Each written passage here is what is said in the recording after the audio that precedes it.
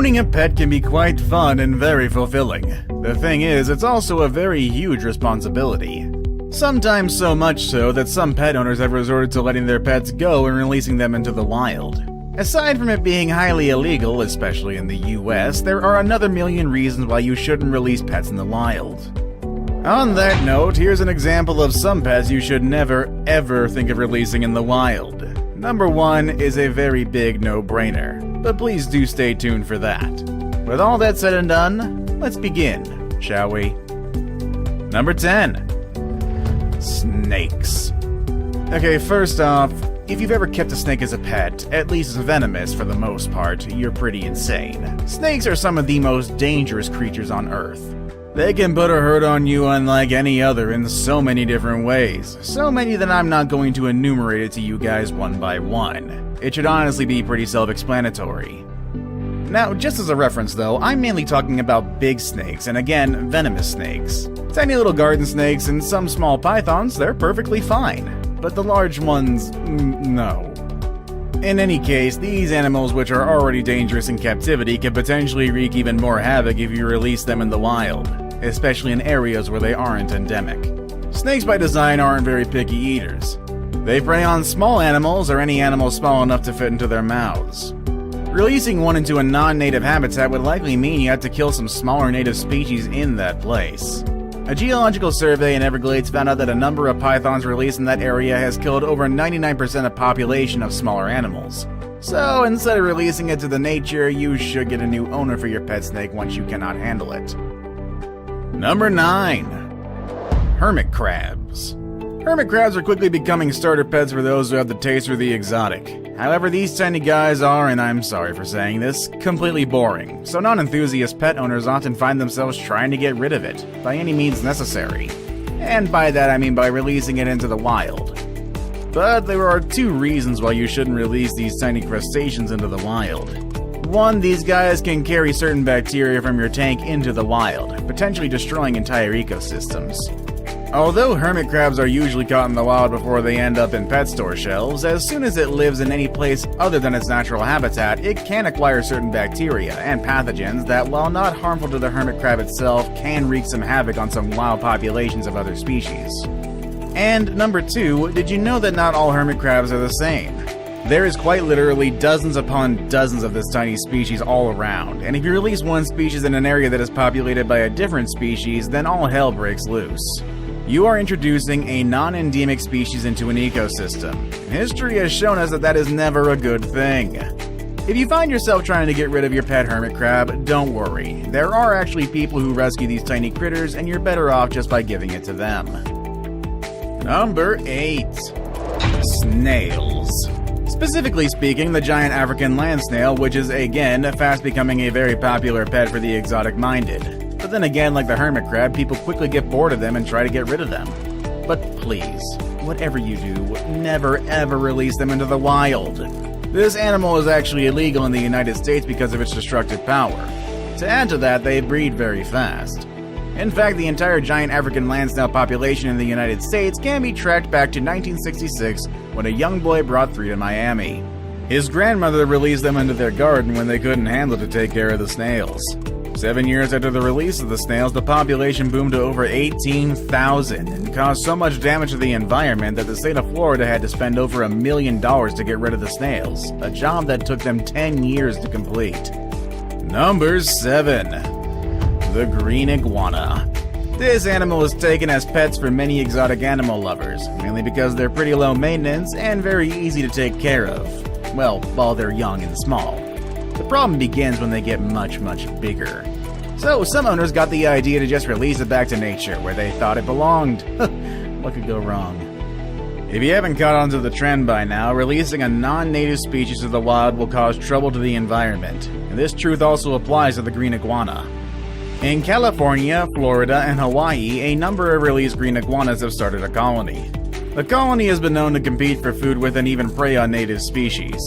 Going out of control, the state of Hawaii has begun to ban this animal to protect native species in their forests. So for you green iguana owners, if you get tired of it or simply can't take care of it anymore, please just find a new parent for it. Please don't make Hawaii beg. Number 6. The cane toad. If you think about it, the toad seems to be the least likely animal to become a very dangerous invasive species. Maybe that's the reason why they're popular as pets. But the fact of the matter is, they have proven to be very dangerous indeed. This is especially true when introduced into an area where they aren't endemic. As, per usual. In Hawaii, the Caribbean, and the Philippines, a certain species of toad was taken in as pets and was released into sugarcane plantations to help control pests that keep plaguing the fields. The cane toad, as it was known, was so efficient in controlling the pest population that it was soon being exported to plantations all over the world. Unfortunately though, cane toads have a nasty habit of not just eating crop pests and insects, but also just about any terrestrial animal that they can fit their grotesquely huge mouths around, which is saying something, given that they can actually grow to over 30 centimeters in length. They also secrete toxins capable of killing just about any animal they come in contact with. This means they can be seriously lacking in the natural predator department and quickly overrun a very large area. Number 5. Red-eared sliders. Beginning in the 1900s, red-eared sliders were captured in the wild for sale in markets and dime stores. Its small size and cheap price made it a very popular pet, and by the 1950s, millions of these turtles were being farmed and shipped abroad as part of the pet trade. Its novel size and increased popularity following the release of the Teenage Mutant Ninja Turtle comics led many to purchase the turtles for their home aquariums. Unfortunately, some owners released the animals when they became too large or too much of a hassle, allowing them to expand into non-native territory. This practice is often viewed as a humane option over euthanasia. They remain the most popular aquatic turtle species for home aquarists. Red-eared sliders are well poised to be effective invaders. They reach sexual maturity at a young age and also have a very high fecundity. Red-eared sliders compete with native turtle species for food, habitat, and other resources. These turtles can get quite large and are notoriously aggressive, and can bully native turtles out of basking sites. That may sound a little strange, but these are actually critical resources for these reptiles. Reduced access to these sites can slow growth and increase mortality of native turtles. In fact, these tiny turtles are currently a problem in New York City, threatening the existence of the native spotted turtles, musk turtles, map turtles, bog turtles, wood turtles, and painted turtles. Number 4. The red lionfish. This fish has been a sought-after pet for aquarium enthusiasts, but was thrust into common consciousness by that bad Rob Schneider movie. If you haven't seen it, well, good for you. In any case, the red lionfish is hard to keep as a pet. If you have a lionfish and are thinking of releasing it into the wild, please stop and find another way to get it off your hands. 6 red lionfish were accidentally released into Florida waters in 1992, and since then the population of smaller fish has started to decrease. That is because the red lionfish is a carnivore, and a very adept hunter at that. In the warm coastal waters of Florida, they have plenty of food and no natural predators. This allows them to increase in numbers and in turn decimate the local fish population for lunch. Native reef fish take an average of 3 to 4 years to reach reproductive maturity, while lionfish take about 6 months. One female spawns about 2 million eggs per year, and the fish are known to eat up to 30 times their own stomach volume. Lionfish are reproducing at an alarming rate, and they are eating the other fish before they are even able to reproduce. I don't think I really need to say how bad that is, actually. Number 3. Chameleons. Although they won't be winning any beauty contests anytime soon, some people consider chameleons as awesome pets, and with good reason. This animal's camouflage ability is legendary, and people seem to think that it's pretty cool to have a pet that has the John Cena power. I get it, because you can't see him? I'll move on. The thing is, chameleons weren't supposed to be in our neck of the woods at all. They're native to the Old World, specifically Africa, Madagascar, Southern Europe, and Southern Asia. And like with all non-endemic species released into the wild, in this case, Florida again, their impact is hugely destructive. There are currently 2 species of chameleon that are claiming Florida to be their home, the owllet and veiled chameleons. Owllet and veiled chameleons are predators that eat insects, small frogs, and lizards, and occasionally small mammals and birds. A study of owlet's chameleons in a Florida agricultural grove found that they ate mostly agricultural pests and non-native reptiles and amphibians. However, as chameleons become established in natural areas, they may eat more native species. Veiled chameleons in Hawaii have been found to threaten native birds, insects, and plants. To make matters even worse, both veiled and owlet chameleons have very high reproductive rates and can tolerate a range of environmental conditions. Now it's time for the day's best pick. Today's photo shows quite possibly the largest goldfish you've ever seen. But is this photo a hoax? Stay tuned to find out. Number 2. Goldfish. Have you ever heard of the urban legend about giant mutant goldfish swimming around sewer systems? Legend has it that they were formerly pets who were accidentally, but more likely, intentionally flushed down toilets.